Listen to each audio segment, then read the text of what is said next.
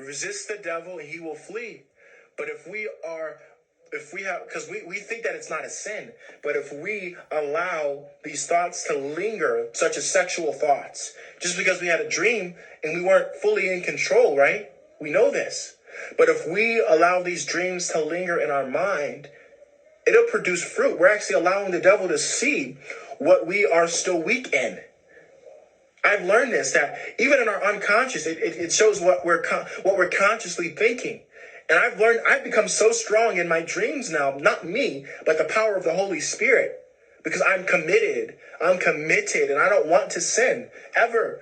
And yeah, you're unconsciously dreaming and you're not fully in control, but your unconscious are things that you really think. It's sort of like a person who drinks alcohol and gets really drunk, and people always say, "Oh, you always are so much more honest," and people tell the truth. They say they tell the truth when they're drunk. The truth always comes to light when they're drunk. Have you ever heard someone say that? Because it's your conscience. You're not in control of what you're saying anymore. It's the same thing in your dreams.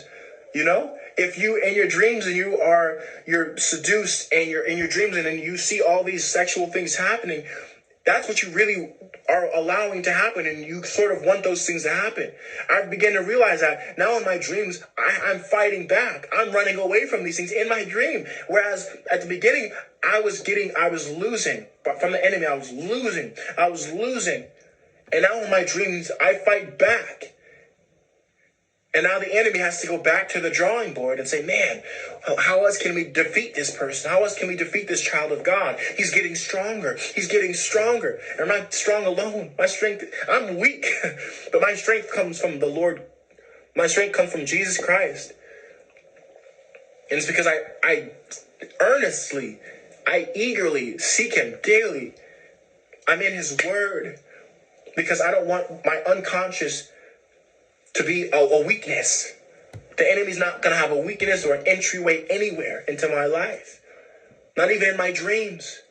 Because what I dream can also come to light. It can be a fruit that the enemy will use to produce fruit in my life. So I want to be seamless everywhere, not by my own power, but the power of Christ. I know that even in my dreams that I'm weak. So before I go to sleep, I say, Holy Spirit, I want you by the power of the Holy Spirit to protect my mind, my heart, and my ears, and my eyes. And if the enemy throws a dream at me, I want you to wake me up. We have to talk with the Holy Spirit. He's living in us. We have to say, you know what, Holy Spirit, you're dwelling in me. I'm a temple of the Holy Spirit. I'm not my own. I'm bought at a price. So I need you. I'm giving you permission to wake me up. If the enemy is throwing a dream at me, wake me up. Every day that it happens, wake me up. Because I don't want to live that life anymore. I don't want this to be a fruit that I'm producing. Because when we allow this to dwell, it'll end up being something that the devil will throw in front of us, and then it'll manifest. Don't allow anything to manifest. Once it's happening, you rebuke it, cast it down, say, I rebuke you, cast it down. Every single thought.